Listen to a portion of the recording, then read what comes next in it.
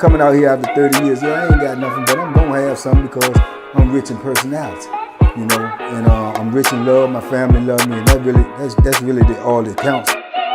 Shout out to everybody out there on Team Banky Pound, man. You know I appreciate the love. Boom, boom, boom, boom, boom, boom, boom. I appreciate the support. We out here. 33, man. 33 years of prison stories, man. Trying to get the message out. Trying to get the message out. Trying to spread the message far and wide, man. The penitentiary is not the place that you want to be.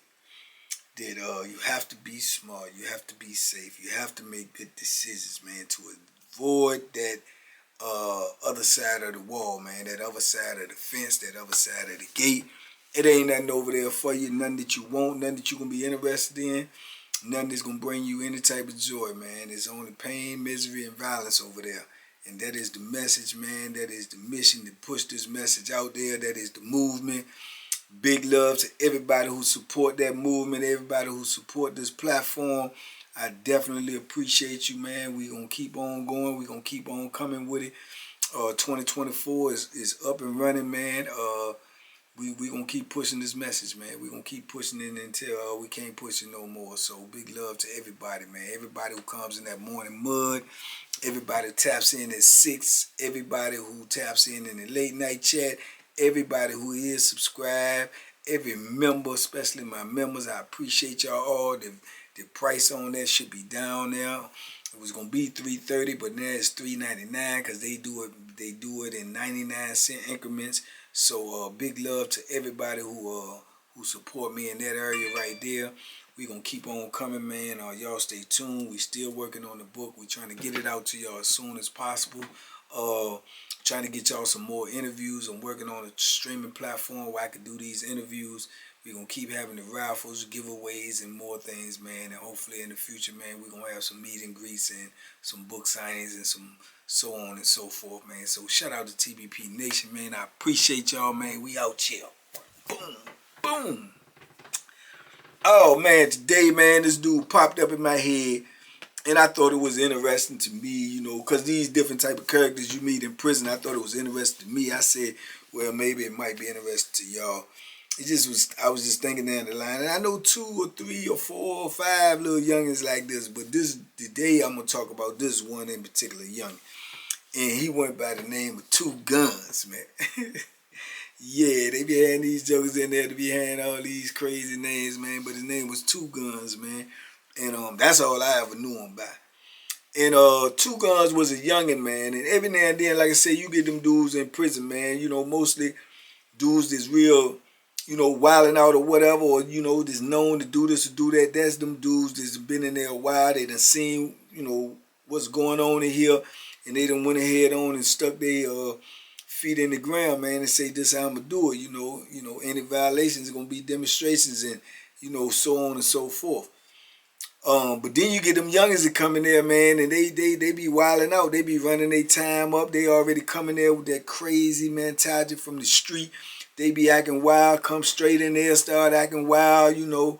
And most of them that I know of, it always got something to do. Either they was selling drugs on the street, they was selling drugs and on drugs, but there's drugs involved, you know.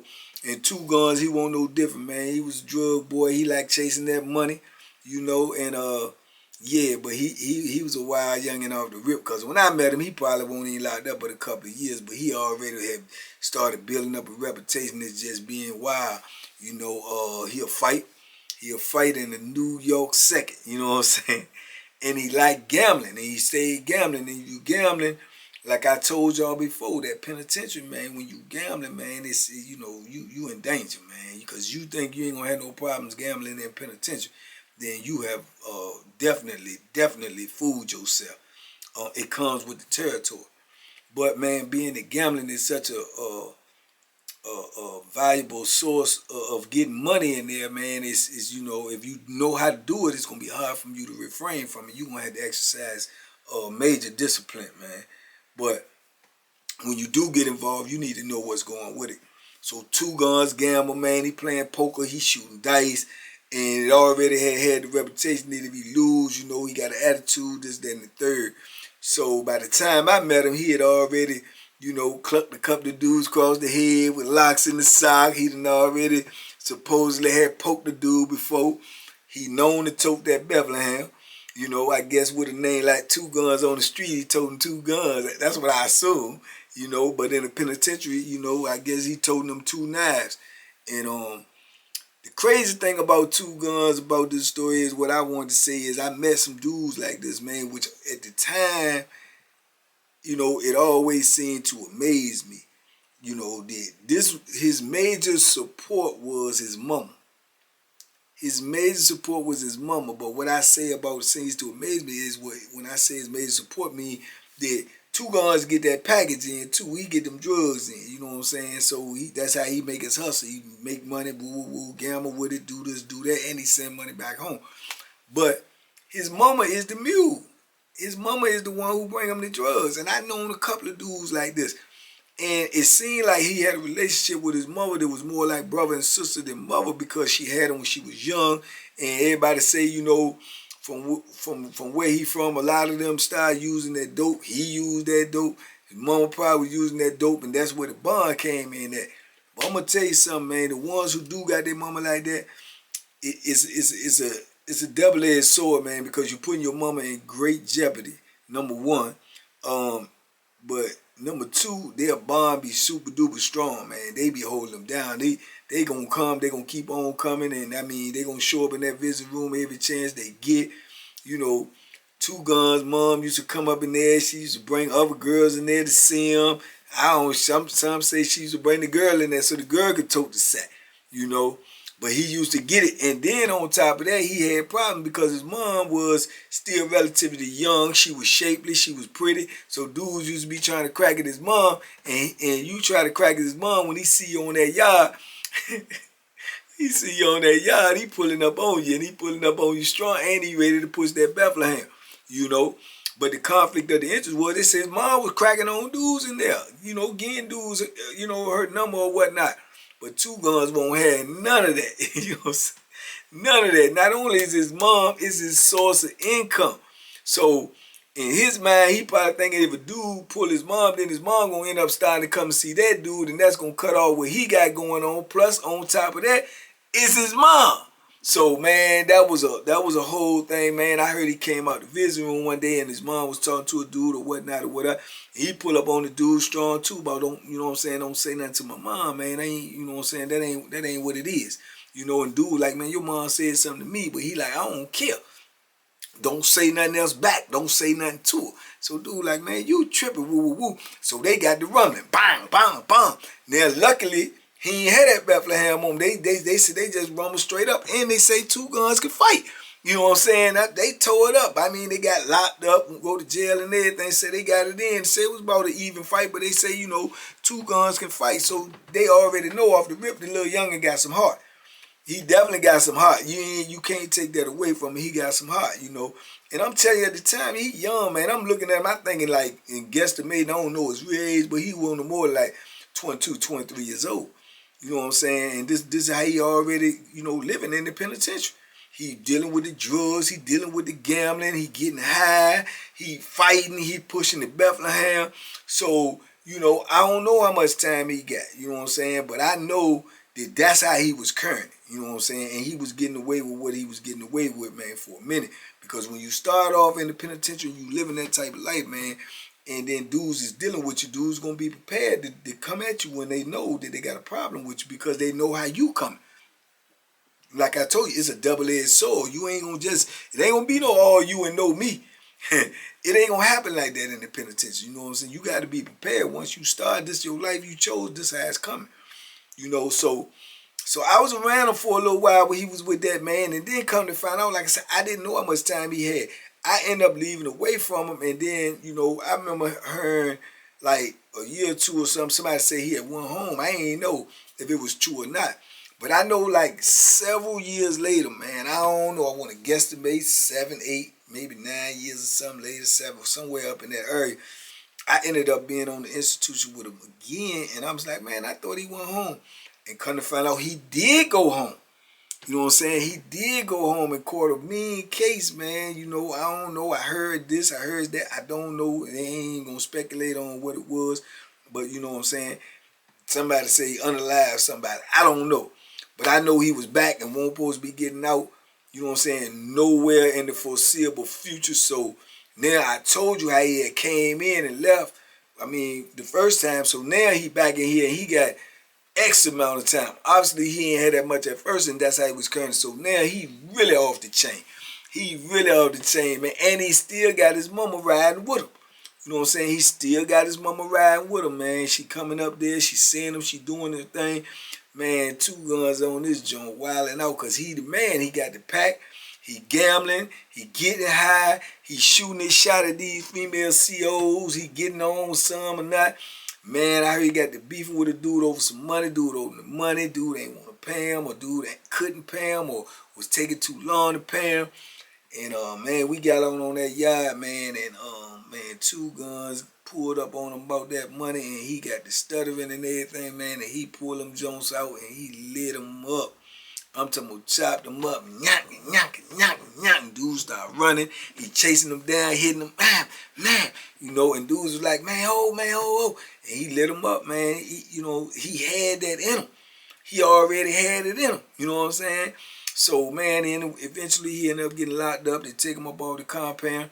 When you do that, man, like I say, you leave a lot of money on the yard because of what you doing. He's sending threats out there to the yard. Dudes that owe him still need to pay him his money. He's sending dudes to pull up on dudes. Now when a dude know you get a case like that, it don't even matter how vicious you is or whatever. If you ain't got nobody out on that yard to enforce, you know, what you saying, man, that's just an out for them to try to duck on paying you. That's an out for them to try to have excuses. Even though you just you know he just went to jail for somebody playing with his money.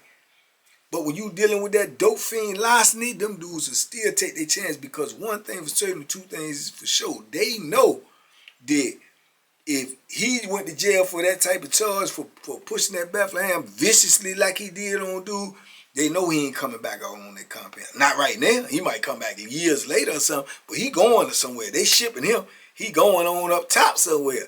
So they know that. So they take their chances, man. And then when you get somebody to go pull up on somebody else, you got to think when they pull up on them dudes going to be like, man, I don't owe him that amount of money, because dudes be coming with larceny with that.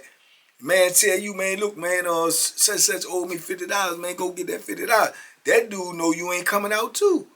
He may go to him and say, yo, man, 2 Guns said, man, you owe him a ball 50, man. I got to have that this week on the store. I don't owe him no $150. Man, the man say you owe him 150. You know, it's the larceny. It's just crazy, and it's the larceny, man. You know, you supposed to be holding your dude down, collecting the debt, and here it is, you putting tax on the debt so you could eat the overhead. You know, so that caused conflict. I done seen dudes go to collect the debt for a dude that's gone, or that's off the compound or in the hole and ain't coming out, and he end up getting stabbed. He ended up getting stabbed because dudes like, man, that ain't your business. You ain't pull up on what you been in. And they run. You know what I'm saying? And he took the worst end of it because he got hit up trying to get somebody else debt. You know, but that's how it go in the penitentiary, because dudes know when you go to hole for something like that, you ain't coming out. The chances is very, very slim. The dude that you stab up, he going to the hospital. When he come back from the hospital, they going to put him on the transfer list. Even if he make it back to that institution, it's going to be in medical.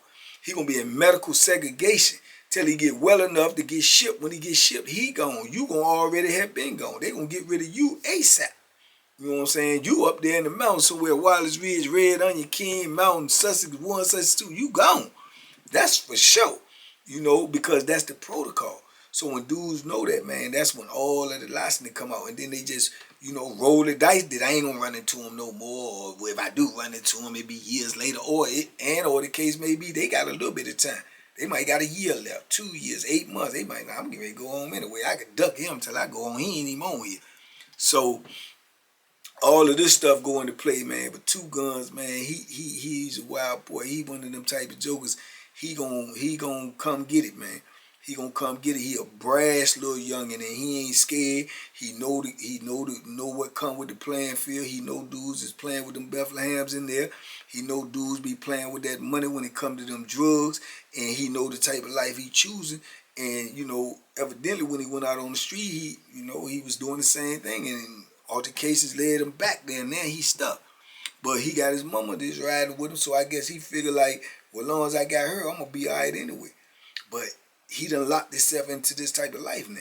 You know what I'm saying? To my understanding, he's still locked up. I remember I ran into him when I ended up being way up in the mountains, but I was up there messing with his phone. He was up there, and he was doing the same thing.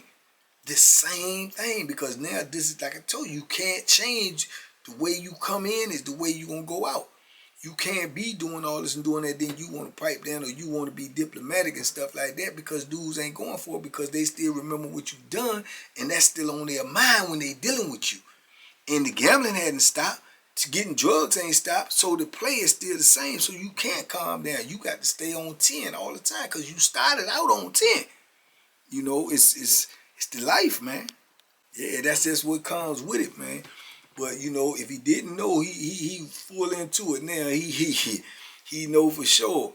So you know, I wasn't in the block with him up there in the mountains, man. But I heard he was on the other side, and you know, once you know a person and you know how they roll, you got to understand them. You know them, other people don't. You know what I'm saying? So when you get onto a new institution, you're gonna be dealing with new people. People may have heard of you, people may not. People may be right in your vicinity, and they don't know who you are. So they don't even take heed to who you are. You gamble, they may get smart. You gamble, they may play with your money. You give them something, they may hesitate on paying you. They may take too long to pay you, not knowing who you are and what you're gonna do and how you're gonna carry. And then they may buck on you. You know, they may buck on you. Then you right back in the same position. You got to demonstrate. You got to demonstrate.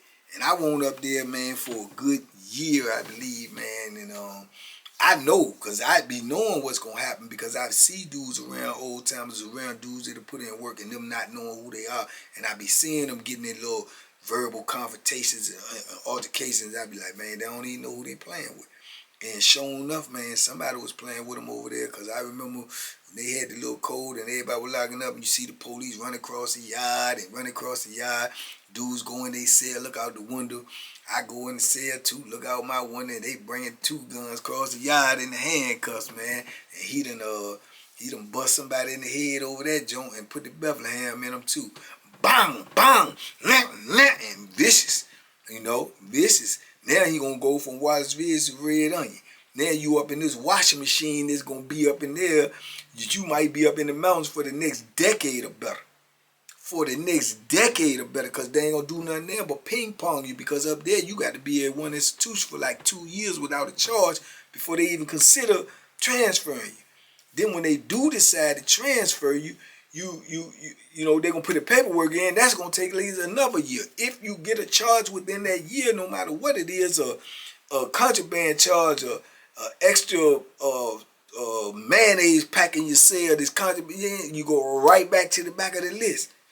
It's designed that way to keep them beds in rotation, to keep them beds filled. So because they ain't got enough people to fill the criteria of what you supposed to be on the Supermax. So you get in that cycle, man, you stuck. So, you know, his time, he probably still up there. I ain't talked to him or heard from him. It's just his name came in my mind, which compelled me to tell his story. But he probably still up there. You know, I left in 2013 or something. 13 or 14. So he probably still up there. You know, when you commit a act like that on them type of institutions, you know, and they had to bust the gun, that's how they use to justify. They'll keep you up there, man, and they manipulate paperwork up there, and they give you bogus charges up there just to make sure that them beds stay filled. So, man, it's a horrible life, man, that you know, youngin done chose for itself. And that's why I be telling these stories, man, for these youngins out here to understand, man. Once you get in there, man, your whole life gonna change. You gonna have to do some whole other stuff just to survive, man. Now, granted, you know, he chose the hard route because he came in the game, you know, slinging drugs. And when you the drug man on the institution, man, you gonna automatically be the man in some capacity, because everybody is a lot of dudes in there that want to get high, and it ain't a lot of dudes that can supply on demand. And when you got somebody like your mom, that's your plug, that's gonna make sure you have it, you good. You know what I'm saying? As long as your mom is still alive, your mom is still breathing, and mobile, you good. So he gonna be good no matter where he go as far as his resources to get on to get his money, you know, because his mom gonna hold him down. But the life he gonna have to live, you still on the clock, because you ain't gonna get everybody. When you in that type of life, you not gonna be able to get everybody, because somebody gonna sneak up and get you. Somebody gonna sneak up and get you if you continue to live that same type of lifestyle. Or either you gonna be restless because you can't never have no peace. You can't never have no peace, man, because when you pushing them drugs in penitentiary, you ain't never got no peace. You always got somebody owe you. You gonna always got somebody ain't paying on time. You gonna always got somebody running game. So you always on call to put in some work, which is always gonna set you back. So it's a rat race, man. And that's the type of life he in, man. And he like to gamble. And he like to use. So complicated life, man. It's a complicated life, man. But it's a lot of youngins in there like that, man. And they was coming in, man, and their mom is who they use. And then a lot of them, man, some of them I done told y'all before about that. The way they talk to their mom is, man, it'll blow your mind. It'll blow your mind. It don't be like it's even a mom and son relationship. Is more like a brother and sister, you know. And yeah, man. But two guns are wild. He's a wild one, man. And hopefully he alright, man. Hopefully he don't take nobody out. Hopefully don't nobody take him out. But the lifestyle that he live in penitentiary, all that come with it. Because when you get to playing with them Bethlehems and you get to playing with drugs and money in the penitentiary, man, all bets is off. Anything can happen at any time. Anything can happen at any time. So, you know, I guess he changed his name now, man, from 2 guns to 2 knives or 2 Bethlehems, you know what I'm saying? But, yeah, man, but he definitely got hard. I got to give it to him. The youngin came in with heart, and he did it his way. And I guess he had what they would consider hard on the street, because somebody was playing with him out there and found out that he wanted to be played with. You know, and you have dudes that have that type of mentality, man, and it don't matter how old they is, it don't matter where they from, it just matters what their mentality and their mindset is. And, you know, I guess he accepted life that he chose, and more so, he ain't got a choice, because you're in it now. And that's what I say, once you get on the other side of that wall, you don't have a choice. You in it, you just have a choice of how you gonna do it. But you in it. You in it. You all the way in the thick of it when you in it. You in it. Once you in the penitentiary, you in there, man. And the rules is different in there. The rules is different in there, man. And you come in one way, that's the way you gonna be looked at. That's the way you gonna be known, because don't nobody know you in the penitentiary till you get there. When you get there and then you start showing your characteristics and how you are, how you currently, that's what you're gonna have to keep up. You're gonna have to keep up that persona, because that's their first impressions. So, you know, he came in the gate one way, man, and he got some respect out of that. And you know, he made it up out of there, and he came back. He came back under the same reputation. So he got to live that type of life, man. So it is what it is. But yeah, man, he went from having to carry 2 guns on the street to carry 2 Beths in the penitentiary, and he probably gonna have to do that for the rest of his bit. You know, just the way he done already lived his life in the penitentiary, he probably gonna have to do that for the rest of his time. God knows how long that is. But like I say, I wish him well. I ain't never had no problems with him. But this is the life, man. This penitentiary life, man. You can't get around it, man. Only way you can get around it is just don't go up in this joint. You know, just don't go up in there, man. But anyway, man, I just wanted to drop that story off, man. I think I spoke about 2 guns in the video or something before too, man. But I think this was just probably a little bit more in detail. But anyway, y'all let me know if y'all want to know about other people like this, other characters that I know, other people that I done ran across, man, because it's, you know, whatever you say might spark a memory in my brain, man. But in the meantime, man, you know, like I said, it's a blessing in every lesson, man. And the blessing is, man, that he's still living. He still got his life. He still got a chance to make it right, man, because, you know, I did 33 years, man. It get greater later. It ain't never over till God says over. So, you know, blessings to him and his people, man. But y'all talk to me in the comments. I talk back, man. Y'all be safe, be smart, make good decisions, man. Duck them penitentiary and boom. Duck them hooks, man. Boom.